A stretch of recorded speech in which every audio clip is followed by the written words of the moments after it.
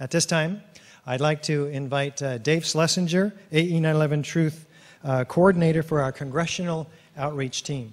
Dave? Thank you so much. Yes, our team is one of more than a dozen different teams which we invite people to join. The host of our mock debate today is former Senator and presidential candidate Mike Gravel of Alaska. Most people don't know that Mike Gravel became Speaker of the Alaska House of Representatives in only his second term.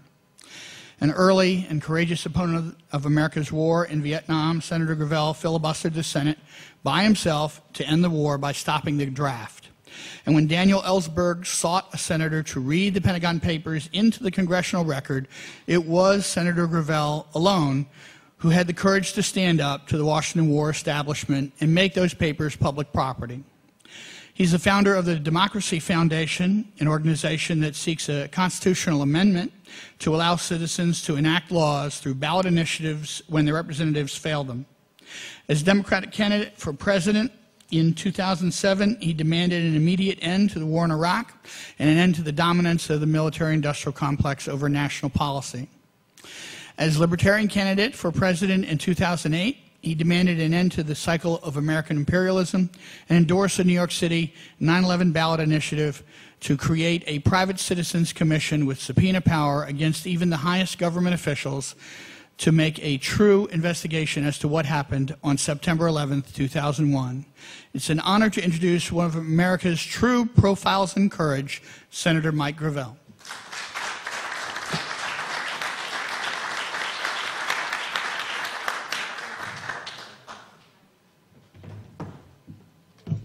Great. Thank you. Thank you all for coming. The title of this mock conference is, or debate, if you will, it's not much of a debate, is Hard Evidence of Explosive Demolition at the World Trade Center on 9/11. That is quite an indictment when you fully appreciate what hard evidence really means. We're dealing today with this very difficult subject, and we ask why after 9 years, and we're so close to the anniversary, why revisit this subject? Well, there's several good reasons why. One is, it was the occasion for two wars, one which is, quote, supposedly ending, and the other which is continuing, which has cost the lives of several million people worldwide. That's one reason.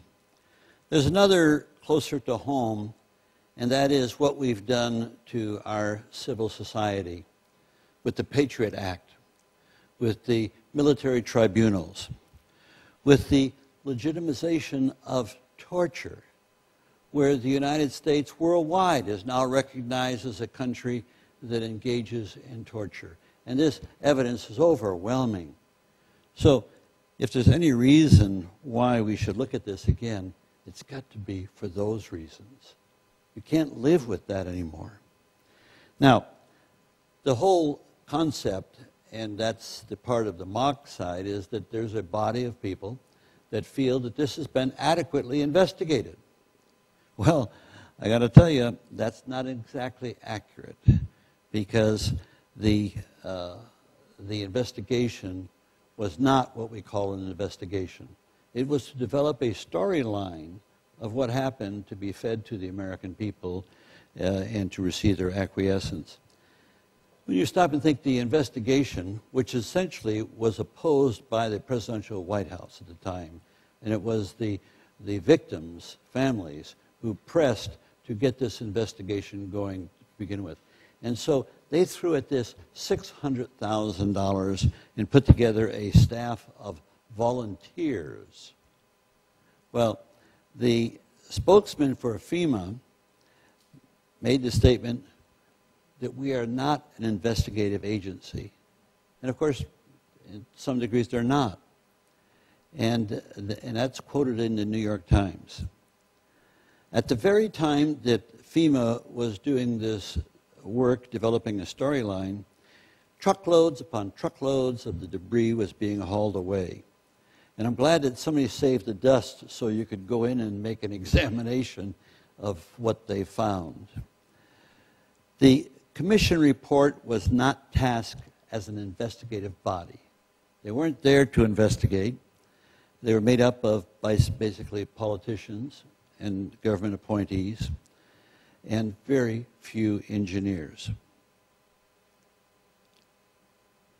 The commission publicly stated, senior counsel for the commission publicly stated, and I'm quoting, that the commission was a compromise, fraudulent, or invalid. Thomas Kern and Lee Hamilton, the governor of New Jersey, and Lee Hamilton, a distinguished member of Congress, co-chaired the 9/11 Commission. They said that their report, and they were being very political in this regard, was not to be considered the last word. This is candor. Not to be considered the last word, but just the beginning of the discovery of what happened. In their book, Without Precedent, they wrote that the commission had been set up to fail. Now, these are the two guys that were placed in charge of it. They said they had considered referring top military officers for prosecution for obstructing the investigation. And they were informed, well, you don't have that authority, and so bypass that. Just as an aside, our intelligence community was budgeted at the time of 9/11 at $26 billion a year. No person has ever been fired for incompetence, and their budget is now $75 billion a year. Hamilton has also said that people should keep asking questions about 9/11 and that the debate should continue. Well, the only people responding to that are these gentlemen and the victims, some of the victims' families that are responding to that do want to see this continue and a dialogue and investigation take place. Senator Max Cleland, who lost both his legs in the Vietnam War, was appointed to the commission, declaring that it had been that the commission had been compromised and was a national scandal. America is being cheated, Cleland was quoted in Salon. The White House wants to cover it up. Well, many of us had that same sense, but when you have a person on the inside who's privy to the information, you now know that it's a little more than just wishful thinking. Commissioner Timothy Romer told CNN, "We were extremely frustrated with the false statements we were getting." Commissioner John Lehman told NBC Nightly News, "We purposely put together a staff that had conflicts of interest." Commissioner Bob Kerrey was quoted on Salon, "There are ample reasons to suspect that there may be some alternative to what we outlined in our version," which of course alternatives were never examined. Senior counsel for the 9/11 Commission, John Farmer, who led the staff inquiry, was quoted in the Washington Post, "I was shocked at how different the truth was from the way it was described. The tapes told a radically different story from what had been told to us and the public for 2 years." Current Republican Congressman Ron Paul joins his voice in calling the investigation fraudulent and a cover-up. You have also Congressman Dennis Kucinich, who's articulated this, and Senator Lincoln Chafee, a Republican of independent bent, endorsed a new 9/11 investigation. The former U.S. Congressman Dan Hamburg actually stated that the U.S. government assisted in the 9/11 attack, adding that, "I think there was a lot of help from the inside." These are responsible people, may have their prejudices and their biases, but it's nothing that one should discount when looking at the product of this investigation. The nonprofit organization NYC Coalition for Accountability Now, whose board includes 9/11 victim family members, is seeking a 9/11 investigation at the state and federal levels. Victims' family members, at whose insistence the 9/11 Commission was formed, have said that only a fourth of their well-researched questions were answered, and many of the rest of their questions were not even pursued by the Commission. For example, the collapse of the World Trade Center Building 7, which baffled engineers, and you'll hear more about that in this debate, was not even mentioned in the committee's report, the Commission's report.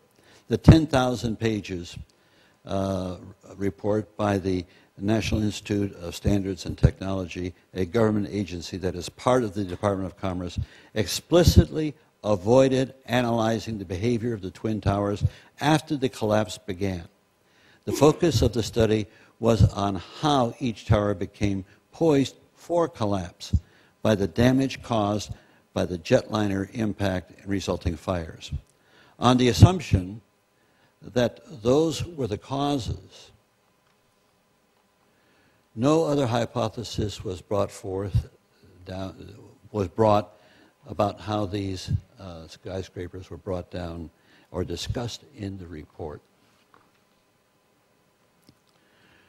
More broadly, when Colin Powell was trying to get the UN to authorize U.S. action to go after Osama bin Laden in Afghanistan, now mind you, this wasn't the appearance before the UN where he lied about the intelligence that we had. This was earlier. He promised to provide the evidence of al-Qaeda's involvement in 9/11, a white paper, which has never materialized. To this day, the FBI website does not list Osama bin Laden as being sought in connection with the 9/11 attacks, with its spokesman explaining that there is no hard evidence linking bin Laden to the attack. FBI Director Mullah admitted that not a single piece of paper linked the officially named suspect in the attack.